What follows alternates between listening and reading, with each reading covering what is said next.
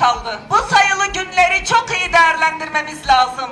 Tam bir seferberlik ruhuyla çalışmalarımızı gece demeden, gündüz demeden, gitmediğimiz evlerin kapılarını çalarak, sıkmadığımız eli gidip sıkarak neden DEM Parti'ye oy vermeleri gerektiğini anlatmak için sayılı günlerimiz kaldı.